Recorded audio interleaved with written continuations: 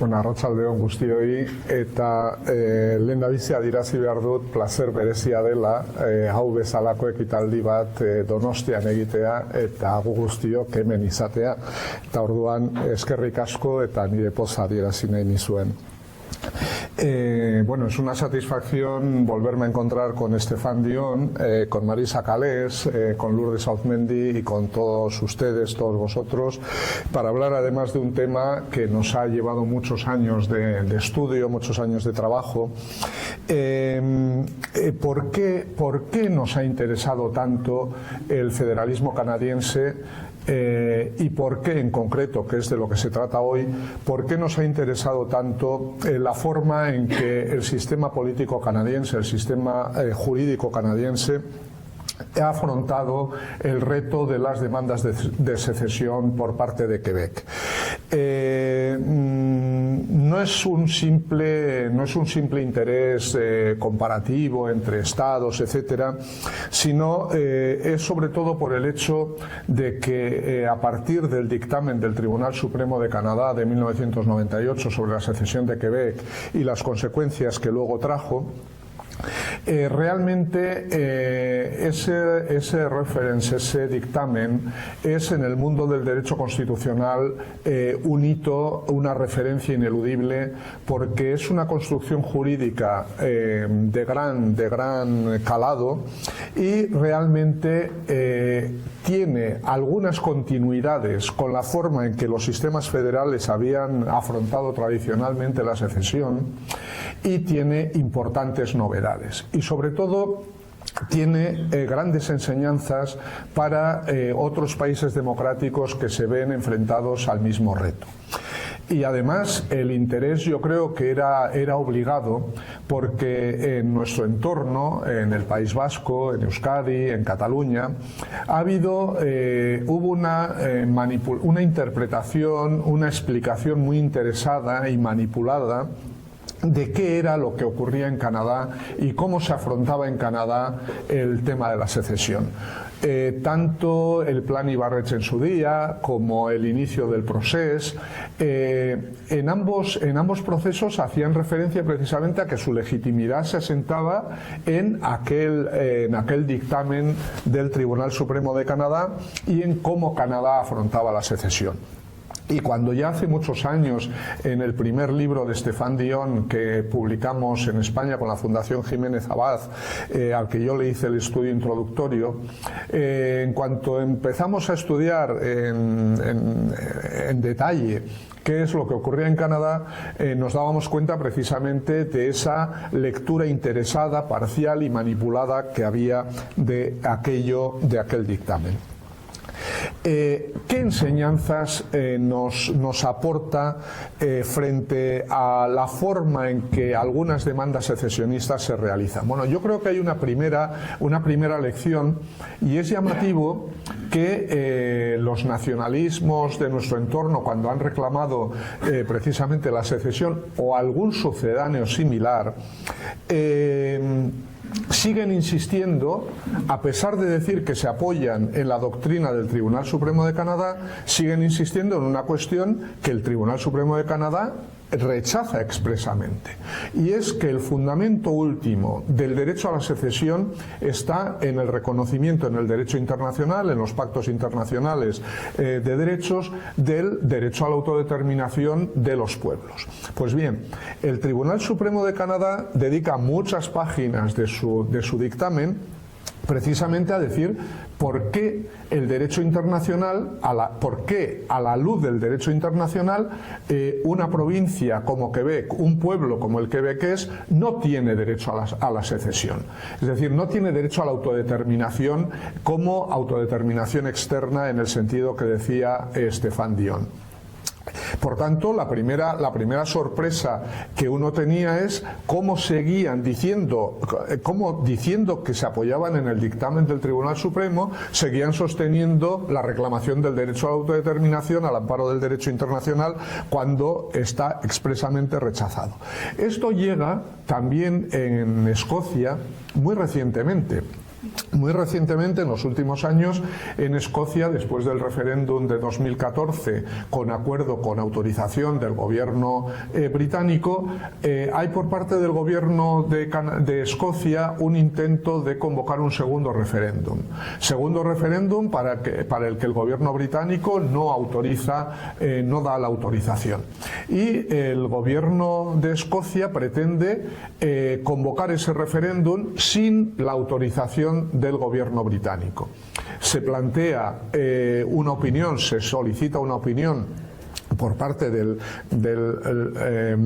Lord Chancellor de Escocia, el jefe jurídico del gobierno escocés. Se plantea una cuestión ante el Tribunal Supremo del Reino Unido, y entre quienes participan en el proceso, el SNP, el Scottish National Party, sigue defendiendo que Escocia, a la luz del derecho internacional, dispone del derecho a autodeterminación y, por tanto, tiene derecho a convocar por su propia parte un referéndum.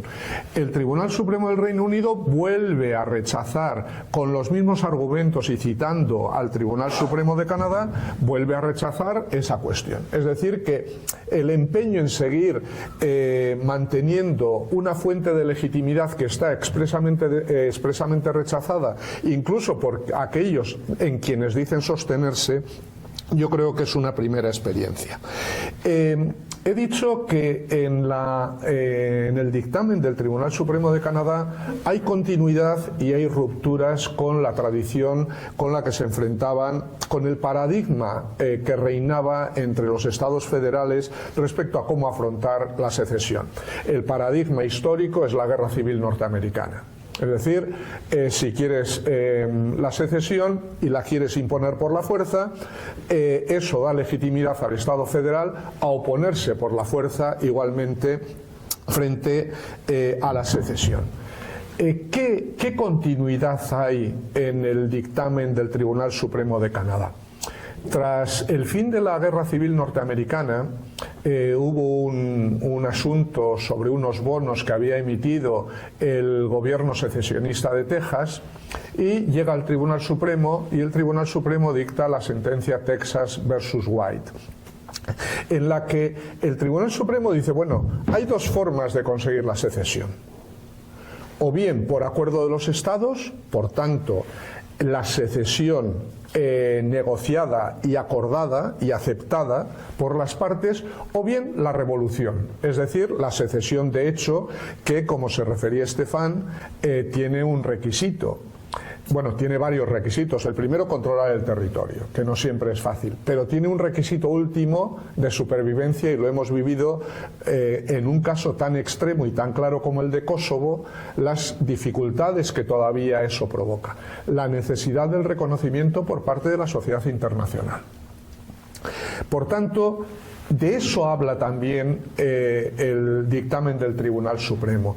El dictamen del Tribunal Supremo tiene en ese sentido un elemento de continuidad. Mire ustedes, si aquí acordamos entre todos y llegamos a un acuerdo sobre cómo hacer la secesión o cómo llegar a la secesión, muy bien. Pero tiene una gran novedad el dictamen del Tribunal Supremo de Canadá. Y es que se aleja radicalmente de ese paradigma de la utilización de la fuerza frente a la pretensión de secesión. En el dictamen hay una cuestión que a nuestros efectos tiene mucha importancia y es muy clarificadora. Entre nuestro entorno y también por parte de algunos académicos internacionales que han entrado en el tema español, se dice, bueno, España es una excepción, cosa que no es cierto, como ha señalado Estefan. La inmensa mayoría de las constituciones de nuestro entorno expresamente recogen en su constitución la indivisibilidad del territorio. Por tanto, España, en contra de lo que algunos dicen, no es una excepción el artículo 2 de la Constitución. Pero es muy interesante cómo afronta la cuestión el Tribunal Supremo de Canadá en una Constitución que no tiene una cláusula expresa de indivisibilidad.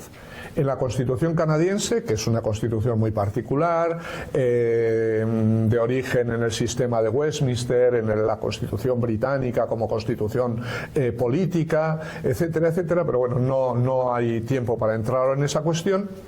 Lo importante para nosotros es cómo el Tribunal Supremo de Canadá, con una Constitución que no contiene una cláusula de indivisibilidad similar al artículo 2 de la Constitución española, llega a la conclusión de que la secesión acordada solo es posible previa expresa reforma de la Constitución que acoja esa secesión. Por tanto, ¿qué está poniendo de manifiesto? Está poniendo de manifiesto no solo que la Constitución española, el artículo 2, no es una excepción, por mucho que tenga una retórica excesiva, etcétera, etcétera, sino que incluso aquellas constituciones que no tienen una cláusula expresa de intangibilidad, de indivisibilidad, perdón, hay un principio básico, implícito en toda constitución democrática, que es contraria a la secesión. Por tanto, la secesión solo es posible si previamente hay una expresa reforma de la Constitución que manifieste, que ponga de manifiesto el acuerdo entre todas las partes en que esa secesión se haga pacíficamente y acordadamente. Por tanto, me parece que esa es una primera enseñanza muy importante. Una segunda cuestión de mucha importancia es cómo se manifiesta esa voluntad. No voy a repetir lo que ya ha señalado Estefan, simplemente voy a añadir alguna cuestión. Normalmente se suele, y en España, tanto en el País Vasco como en Cataluña, este argumento ha sido moneda corriente, y también lo fue en Quebec y también lo ha sido en Escocia. Es decir, bueno, el principio democrático, que es intangible, el principio democrático justifica, mejor dicho, el principio democrático impide que se pretenda impedir la celebración de un referéndum, porque el referéndum es la manifestación más indubitada, más indiscutida del principio democrático. Pues bien, ese argumento se planteó ante el Tribunal Supremo de Canadá en relación a la secesión de Quebec. ¿Y qué contesta, qué responde el Tribunal Supremo? Una respuesta que aquí, sin embargo, se soslayó. El Tribunal Supremo dice directamente, bueno, ese argumento realmente, en una primera aproximación, parece un argumento muy difícilmente discutible, porque, o muy potente, porque hace mención a dos elementos que subyacen a toda constitución democrática en un sistema federal. Una, el propio principio democrático, por tanto, ¿qué hay de malo, que diría uno de nuestros exlendakaris, qué hay de malo en que el pueblo manifieste su deseo, su voluntad? Y dice, claro, y en segundo lugar, el autogobierno territorial, el principio federal. Por tanto, que una provincia quiera manifestar, la ciudadanía de una provincia quiera manifestar si quiere seguir en el país o no, ¿qué hay de malo en ello? Y democráticamente, ¿quién se puede oponer a ello si es demócrata? Quien se oponga será porque no sostiene el principio democrático. Pues bien, el Tribunal Supremo añade, pero una vez que se hace un análisis más profundo, se pone de manifiesto la insostenibilidad de ese argumento, porque significa desconocer el significado de la soberanía popular y de una constitución democrática. Y por tanto, primera cuestión, esa indiscutibilidad de que por qué no un referéndum, cómo se puede oponer a un referéndum, ya fue manifestada por el Tribunal Supremo de Canadá. Pero ha habido posteriormente dos hitos interesantes en el Reino Unido. Uno, al que ya me he referido, el relativo al segundo hipotético referéndum en Escocia, en el que el Tribunal Supremo dice no, el referéndum es verdad. Bueno, habría que explicar cómo el referéndum era un elemento extraño al sistema constitucional británico asentado sobre la soberanía parlamentaria, pero como en los últimos años, en los últimos decenios, ha ido abriéndose camino en el Reino Unido también la idea del referéndum.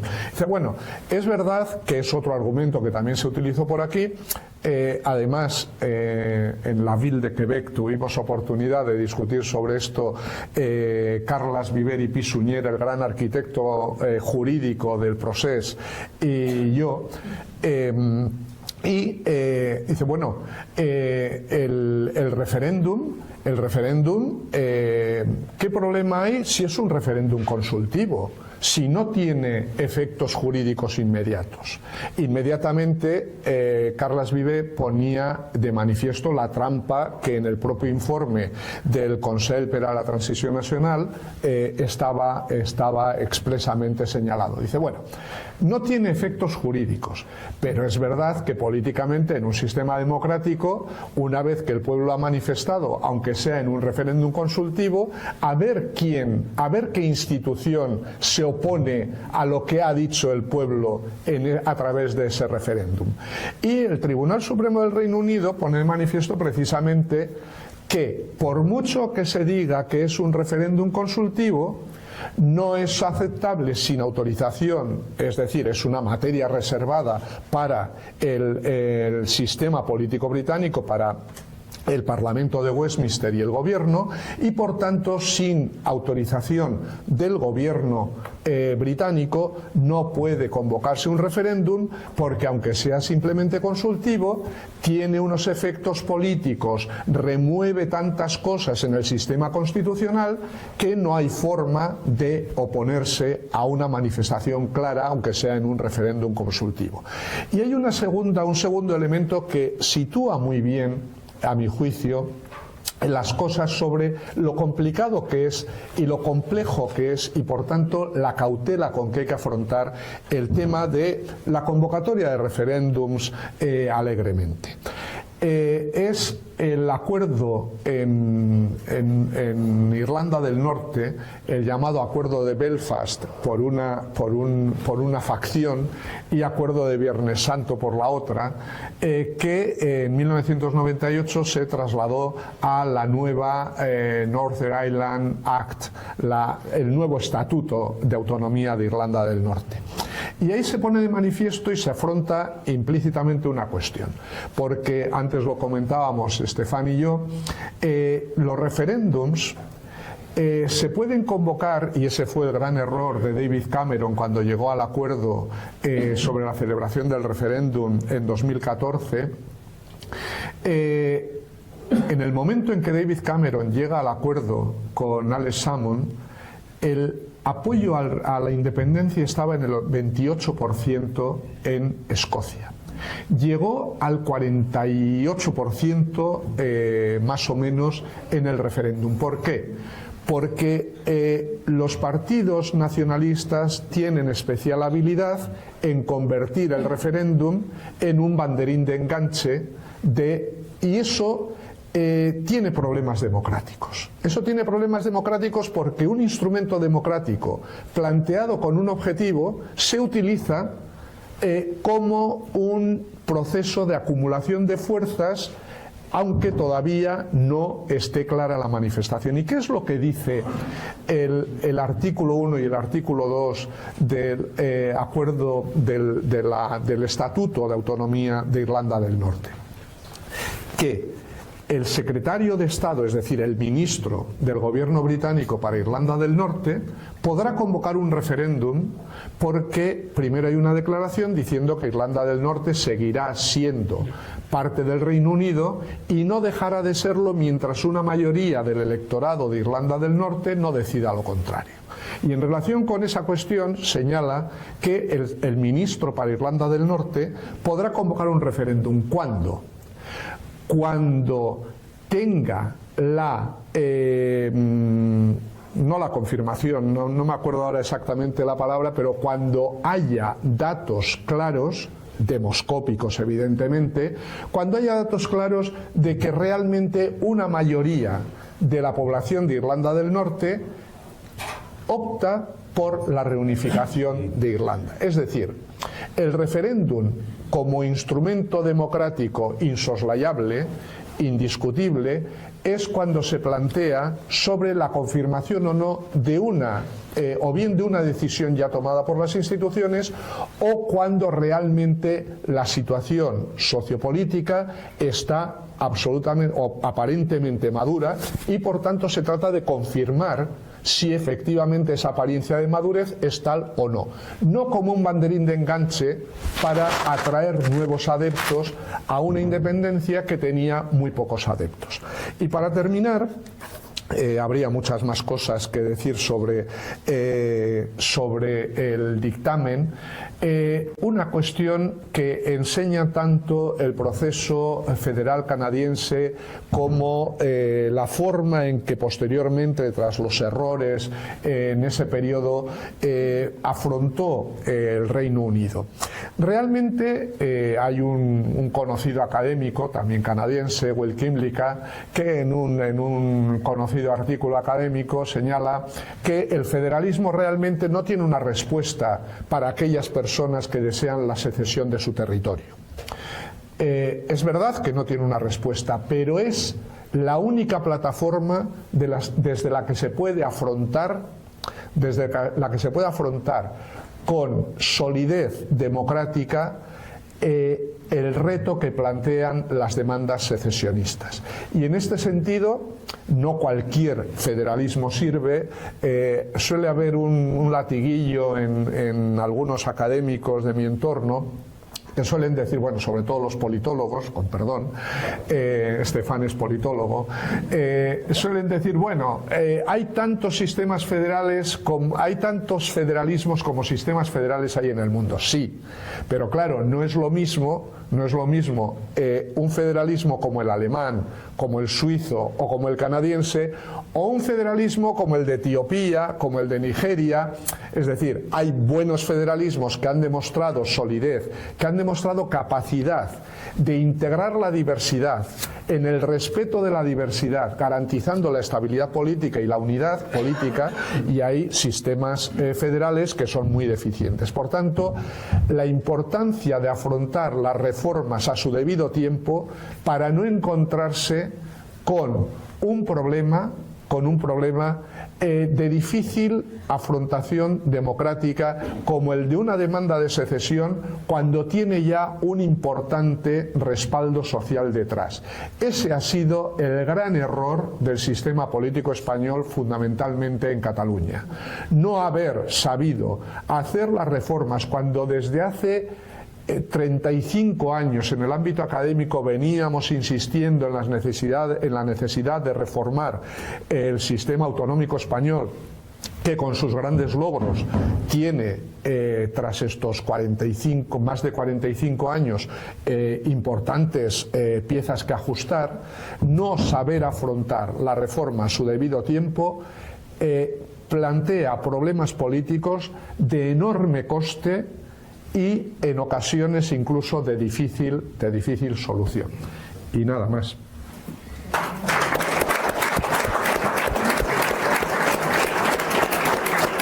Tenía más cosas, pero me veía que me iba a alargar.